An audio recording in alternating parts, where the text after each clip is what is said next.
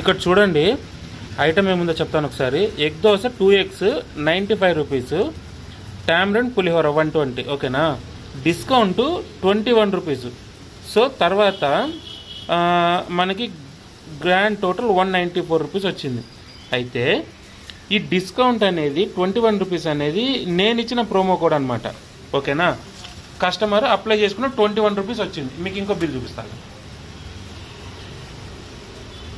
ఇదిగో ఇది 12:16కి వచ్చింది చూడండి టైమింగ్. ఇక్కడ 13/8/12:16కి ఇప్పుడు వచ్చింది. ఇగో అంతకంటే ముందు బిల్లు 13/8/12:15. ఓకేనా, 1 మినిట్ గ్యాప్ తోటి.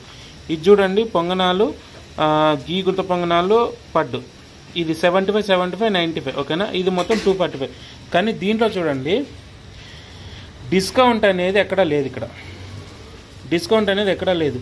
సో కొంతమంది కస్టమర్లు ఏంటనంటే డిస్కౌంట్ అప్లై చేసుకుంటారు. ఇక్కడ చూడండి డిస్కౌంట్ ఫిక్స్డ్, టోటల్ క్వాంటిటీ 2, ఇక్కడ సబ్ టోటల్ అంతే, క్వాంటిటీ 3.